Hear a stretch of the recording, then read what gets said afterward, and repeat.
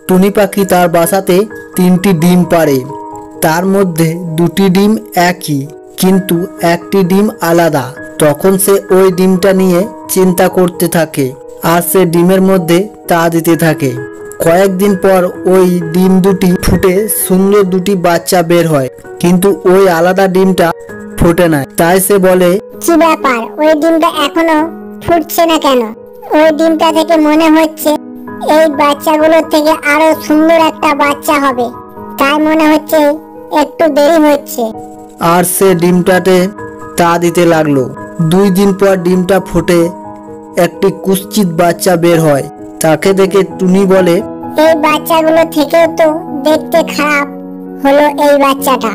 তারপর বাচ্চাগুলো ওই কুৎসিত বাচ্চাকে দেখে তার সাথে কেউ মেশে না, কেউ খেলে না, তাই তার খুব মন খারাপ।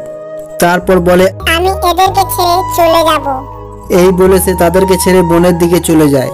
যেতে যেতে তার সাথে একটি শিয়ালের দেখা হয়। সেই শিয়ালটা তাকে দেখেও চলে যায়। তখন সে বলে, আমি এতটা বিচ্ছিরি দেখতে যে শিয়াল আমাকে খেলো না। তখন সে খুব মন খারাপ করে চলে যায়। কয়েক মাস পর ওই বাচ্চাটা বড় হয় আর সে একটি নদীর তীরে যায়। গিয়ে সে জলের মধ্যে তার ছবি দেখে সে খুব খুশি হয়, কারণ সে ছিল একটি টিয়া পাখি, তাই ওই বাচ্চাগুলোর থেকে আলাদা ছিল। তারপর সে একটি ভালো ছেলে টিয়াকে দেখে তাকে বিয়ে করে তার সঙ্গে জীবন কাটাতে লাগলো।